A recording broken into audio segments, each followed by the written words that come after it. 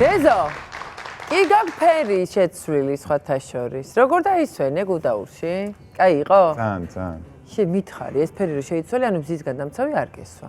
ხო გთხოვე. დომიერების ფარგლებში. ხო გთხოვე, დეზო. ისვამდი მზისგან დამცავს? ერთხელ წავისვი გამოგიტყდებით და. მოკლედ, მზისგან დამცავის მნიშვნელობაზე უნდა ვისაუბროთ, რაზეც მთელი მსოფლიო საუბრობს სხვათა შორის, როგორც ზაფხულში, ისე ზამთარში, იმიტომ რომ მას შემდეგ რაც მე ავყევი ამ ფეხის ხმას, ასე ვთქვათ, და სვლას, რომ ზამთარ ზაფხულ დავიწყე მზისგან დამცავის გამოყენება, მიუხედავად იმისა, რომ საერთოდ შეიძლება ესეთ ნატამალიც არ იყოს მზის და იყოს ისეთი ღრუბლიანი, ქარიანი, ნამქერიანი, რა ვიცი, რაღაცნაირი ამით, მაინც ვისვამ ხოლმე. საგრძნობლად შეიცვალა ჩემი კანის მდგომარეობა და რაღაც თვალსაზრისით ბევრ სიკეთეს ვუმატლი. და გამოდის ისე, რომ შეიძლება კანის მოვლაში ძალიან ბევრი დროც, რესურსი, ფინანსები მათ შორის და ესეთ ვთქვათ, ძვირფასი საცხებიც ჩავრთოთ, რომელიც წინ წაგვწევს ერთი ნაბიჯით, თუმცა ესე ვთქვათ, მზისგან არ დაცვით ეს ერთი ნაბიჯი ისევ დაბრუნდეს უკან. გავაფუჭოთ ყველაფერი, რაც მანამდე გავაკეთეთ. მინდა მაინც ავხსნათ, რატომ არის მნიშვნელოვანი, როგორი მზეა ზამთარში. ხო თითქოს არც ისეთი ძალა არ აქვს, სუსტია რაღაცა ბჟუტავს, არც გათბობს და რატომ შეიძლება იყოს საჭირო მისგან დაცვა. და რადგანაც გვაქვს ასეთი საშუალება, რომ ეს სპეციალისტებისგანაც მოვისმინოთ, რატომ არის ასეთი მნიშვნელოვანი, მაშინ დავპატიშებ მათ ჩვენთან სტუდიაში დერმატოვენეროლოგი ქეთა მიქელაძე და ავერსის დერმატოლოგიური ბრენდების მენეჯერი სოფიო ლათათია შემოგვიერთდებიან. მოგზანდით! მოგზანდით! აბა მიხედოთ საქმეობა. მოგესალმებით. ტრადიციულად, რა თქმა უნდა, ქართული წყალი მინდა შემოგთავაზოთ. წყალი მთის 0% ბრომატით, წყალი მთის იცხოვრეთ სრულყოფილად. მიირთვით. მადლობა. ქეთა, მოდი დავსვამ ახლა ამ შეკითხვას, იმიტომ რომ არც თუ ისე დიდი ხანია, რაც გავიაზრეთ, რომ ზამთარშიც არის აუცილებელი მზისგან დაცვა. მაგრამ მაინც, რო ახსნა თქვენ, როგორც ექიმა, რატომ არის მნიშვნელოვანი მზისგან დაცვა ზამთარშიც? რომ გავიგოთ კარგად, რატომ არის აუცილებელი მზისგან დაცვა, პირველ რიგში უნდა შევახოთ იმას, თუ რა სხივებისგან შედგება მზის სხივი და რა სპექტრს შეიცავს. ეს გახსოვთ. გვიყვარს მზე? მაინც არ შევხედავთ მას ცუდი თვალით. არა, ცუდი თვალით არ შევხედავთ, აუცილებლად უბრალოდ გავიაზროთ, რა უნდა გავაკეთოთ იმისთვის, რომ უსაფრთხოდ მივიღოთ მზისგან სიამოვნება. ულტრაისფერი სხივები შედგება სამი სპექტრისგან, ეს გახლავთ A, B და C სხივები. C სხივები არ აღწევს დედამიწის ზედაპირამდე, ვინაიდან კავდება ოზონის შრის მიერ, ხოლო A და B სხივები აღწევს ჩვენი კანის ზედაპირამდე და უნდა ვთქვათ, რა ზეგავლენა შესაძლებელია მოახდინოს ერთმა და მეორემ. ულტრაისფერი B სხივები იწვევს კანის დამწრობას, გაწითლებას, ასევე შთაინთქმება დნმ-ის მიერ და იწვევს მუტაციურ ცვლილებებს, რასაც შესაძლებელია მოყვეს კანის აუცილებელი პროცესების განვითარება და ასევე პრეკანცერული პროცესების განვითარება. დიახ. რაც შეეხება ულტრაისფერ A სხივებს, ამ შემთხვევაში ისინი კანში უფრო ღრმად ჩადიან, ვიდრე ულტრაისფერი B სხივები და კანის ღრმა შრეებზე ზემოქმედებენ. ისინი არიან ზუსტად ეს ულტრაისფერი A სხივია ზუსტად პასუხისმგებელი ფოტოდაბერებაზე, ჰიპერპიგმენტაციაზე, ანუ პიგმენტური ლაქების გაჩენაზე, ნაოჭების გაჩენაზე. ის აზიანებს კოლაგენს და ელასტის, რომელიც დერმის მთავარ შემადგენელ კომპონენტს წარმოადგენს.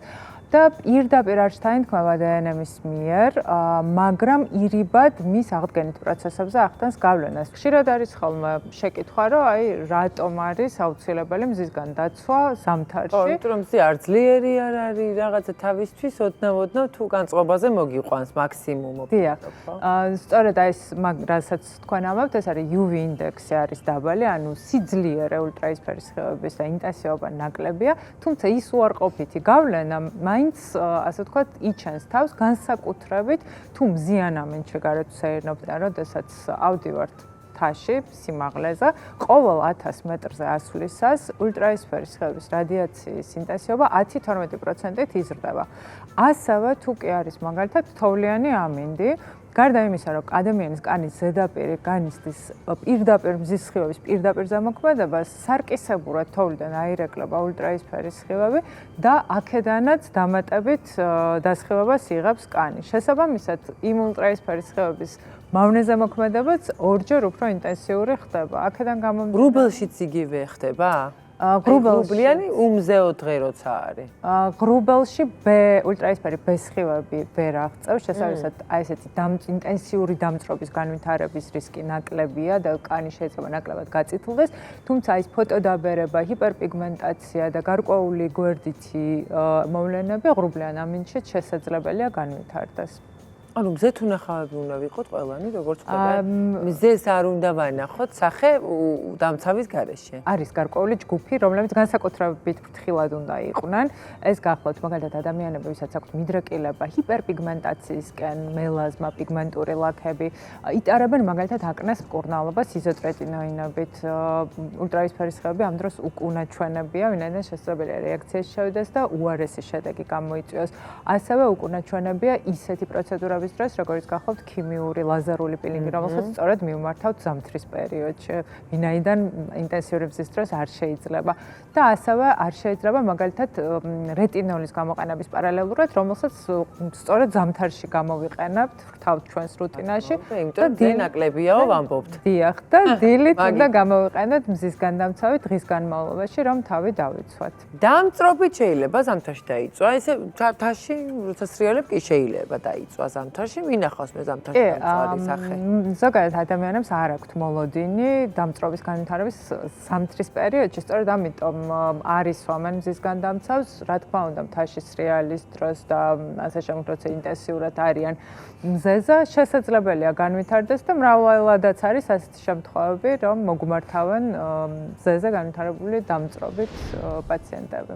თუ გვიკეთია ნიღაბი, გვიკეთია სათვალე და ფაქტობრივად მზის სხივი კანს უშუალოდ არ ხვდება, ასეთ შემთხვევაში შეგვიძლია არ გამოვიყენოთ, მაგრამ სამწუხაროდ ესე არ ხდება ხოლმე, რომ კანის რაღაცა ადგილი მაინც არ იყოს დაუფარავი. ამიტომ უფრო დაცულები ვართ, როცა თან მზის განდამცავი გვისვია და გვიკეთია ასევე დამცავი სათვალეები და ნიღაბი. და ბარემ ქეთა ისიც გითხარი, რომ ზამთარში და ზაფხულში ერთი და იგივე მზის განდამცავი შეიძლება გამოვიყენოთ, თუ რამეს სხვა პრიორიტეტებით უნდა ვიფიქროთ და ვარჩიოთ. შეგვიძლია იგივე მზის განდამცავი საშუალებები გამოვიყენოთ ნებისმიერ სეზონზე. თუ დაბალი SPF-ით, ამაზე ხო სავაჭრო საკითხი საქმეა. შეიძლება ცოტა დაბალი SPF-ი, 15-იანი. შეიძლება 30-იანი, შეიძლება 50-იანი, გააჩნია რა ინტენსივობით გვიწევს მზეზე ყოფნა. მთელი დღე ხო ვართ რაღაცა, აი გარეთ ვართ, გარეთ დავდივართ, გამოვდივართ.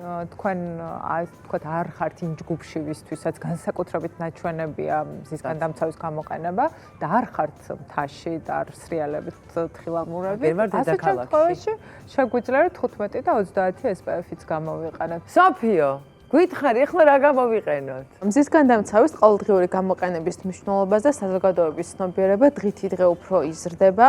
სტუდიაში წარმოდგენილია ესპანური დერმატოლოგიური ბრენდი ბაბე, რომელიც მრავალფეროვანი არჩევანით გამოირჩევა მზის განდამცავები. შეგვიძლია შევარჩიოთ ჩვენი კანის ფოტოტიპის მიხედვით, ანუ უფრო ღია ფერის კანი გვაქვს თუ მუქი, ასევე რომელი ფორმაა ჩვენთვის მოსახერხებელი სტიკი, კრემოვანი სპრეი თუ სხვა და რაც განსაკუთრებულად მნიშვნელოვანია, როგორი ტიპის კანი გვაქვს ჩვენ საჭიროებაზე მორგებული პროდუქცია შეგვიძლია ვიპოვოთ ბაბეს მზის განდამცავებში. მოდი შევარჩიოთ კომბინირებული კანისთვის. აი შეგვარჩევინეთ. აი რომელია ახლა აქ წარმოდგენილი არჩევანიდან. კომბინირებული ტიპის კანისთვის ამ შემთხვევაში საუკეთესო ვარიანტია ბაბეს სუპერფლუიდი, რომელსაც დამატებული აქვს ნიაცინამიდი, ეს არეგულირებს ცხიმის გამოყოფას და კარგად ატენიანებს კანს. შესაბამისად, რეკომენდებულია კომბინირებული ცხიმიანობისკენ მიდრეკილი კანისთვის. ეს არის მაქსიმალური მზის განდამცავი ფილტრი SPF 50. 50 აქ ეს შეუძლია წაიღოს კიდე ყოველდღე გამოიყენოს ყოველდღიურად. ეს საცხზე უნდა წაისვა ასქეთა თუ თვითონ საცხიც არის? არა, ეს დამატენიანებელთან ერთად უნდა გამოვიყენოს. მე შემდეგ ფენად გამოიყენოს ეს. დიახ.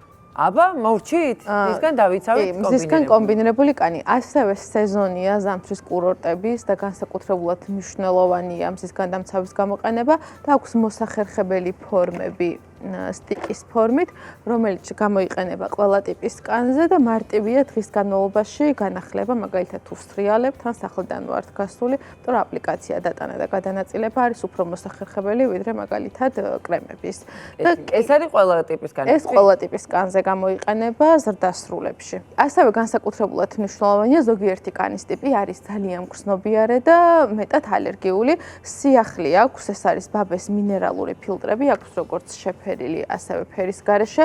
ამის გამოყენება შეგვიძლია ყველა ტიპის კანზე, მათ შორის როდესაც კანი არის ძალიან გრძნობიარე და ალერგიული, ასევე რეკომენდებულია მისი გამოყენება ორსულობა ლაქტაციის პერიოდში. განსაკუთრებულად მნიშვნელოვანია ის ფაქტორი, რომ მიუხედავად იმისა, რომ მინერალურ ფილტრებს შეიცავს, აი მაგალითად ეს მზის განდამცავი არტყობებს წასმის შემდგომ თეთრ კვალს, რაც ერთ-ერთი დიდი უპირატესობაა კონკრეტულად ამ პროდუქტის. კი, ეს თეთრი კვალი ყველას აწუხებს რაღაც ეტაპზე. ბავშვებისთვის რა გვაქვს?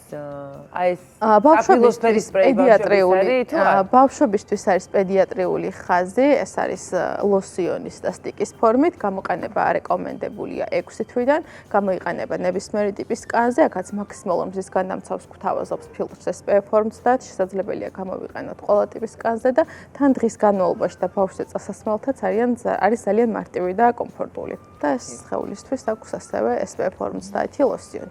რადგან დიდი არჩევანია, დაბნევაც ადვილია ამ შემთხვევაში, ხო, რომელია შენთვის სწორად შერჩეული, ასე ვთქვათ, საცხი. მზის განდამცავი ამ შემთხვევაში, ხო? როდის უნდა მიხვდე, რომ ეს არის ზუსტად ის, რასაც მიაგენი და უნდა გამოიყენო? მე გეუბნები ფორმულა, ასე ვთქვათ, რა, ეს იქნება სტიკი, ეს იქნება ყველა ტიპის კანისთვის, თუ პირადად შენი კანი როგორი ტიპიც არის. მე მქონია შემთხვევები, რომ ერთხელ წავიდე და მივხვდი, რომ რაღაცა სიმშრალე წამოვიდა, მაგრამ ხიმიანობისკენ როცა მიაქვს, ამას რამდენიმე წასმა ჭირდება და აი მალევე რომ მივხვდი, რომ არავრიო ეს სახე, როგორ შეიძლება? პირველ რიგში გამოყენების შემდეგ არ უნდა იყოს აკერცვა, თქვათ, ადვილად უნდა იწოვებოდეს კანის ზედაპირიდან, არ უნდა რჩებოდეს, თქვათ, რაღაცა დიდი ხნის განმავლობაში ამ წაგონების შეგრძნება, არ უნდა აპროვოცირებდეს გარკვეული ტიპის გამონაყარს სახის კანზე, ვინაიდან ეს პირველივე წასმით შეიძლება. როგორც წესი, რამდენიმე წასმაში უკვე ხვდებით, რომ ეს ჩვენ კანის ტიპს არ უხდება, განსაკუთრებით როცა გამონაყარზე ვსაუბრობთ, ჩდება გარკვეული დღეების შემდეგ. და ასევე ვთქვათ, თუ კი ცხიმიანი კანია და არ შევარჩევთ სწორად, შესაძლებელია აი სიპრიალის და ცხიმოვნების განცდა მოიმატოს დღის განმავლობაში, რაც საკმაოდ არაკომფორტულია და სწორედ ეს მატირების ეფექტით, აი როგორც ბაბეს ცხიმიანი კანის სუპერფლუიდს აქვს, აი მატირების ეფექტი უნდა ქონდეს ამ შემთხვევაში, რომ მოხსნას აი ამ სიპრიალის ვიზუალური ეფექტი და პლუს საბამარეგულირებელი ეფექტიც უნდა ქონდეს, რომ ცხიმოვანი ჯირკვლების სეკრეციაც ცოტა შეამციროს.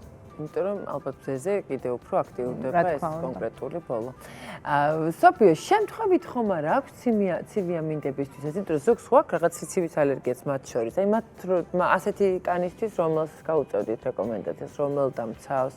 ასეთ ამინდებს ჯობია გამოვიყენოთ სუპერფლუიდები, რომლის შემადგენლობაში შედის ჰიალურონის მჟავა, რაც ზამთრის ცივ დღეებში კანის ინტენსიურ და ხანგრძლივ დატენიანებას უწყობს ხელს გარდა მზისგან დაცვისა. ესეც შეგვიძლია რომ ნებისმიერი კანის ტიპზე გამოვიყენოთ, ვისაც კანის დატენიანება უნდა. გასაგებია, ესე იგი, გაეცა პასუხი იმას, თუ რატომ გვჭირდება ზამთარში მზისგან დაცვა, რატომ არის ეს უკეთესი ჩვენთვის, ჩვენი კანისთვის და ჩვენი ჯანმრთელობისთვის. ზაფხულთან შედარებით, თუ ეს დაგვამშვიდებს, ზაფხულთან შედარებით, ზამთარში ბევრად უფრო ცოტა კანი გვიჩანს. შესაბამისად, მზეც უფრო ნაკლებ ტერიტორიას ხედავს ჩვენი კანის და ეს დაახლოებით სახე მაქსიმუმ ხელისმტევნები იყოს, რომელიც ხშირ შემთხვევაში კიდე ხელთათმანით იფარება ზამთარში. ამიტომ ზამთარში ნამდვილად თქვენ თვითონ გამოცადეთ, როგორია მზისგან დამცავის გამოყენება რაღაც პერიოდი და მე მივხვდებით, რამდენად სწორი რჩება მოქცეთ დღეს ნამდვილი ექიმების განაცემიდან. მადლობა ძალიან დიდი ამ თემის ასე საინტერესო გაშუქებას.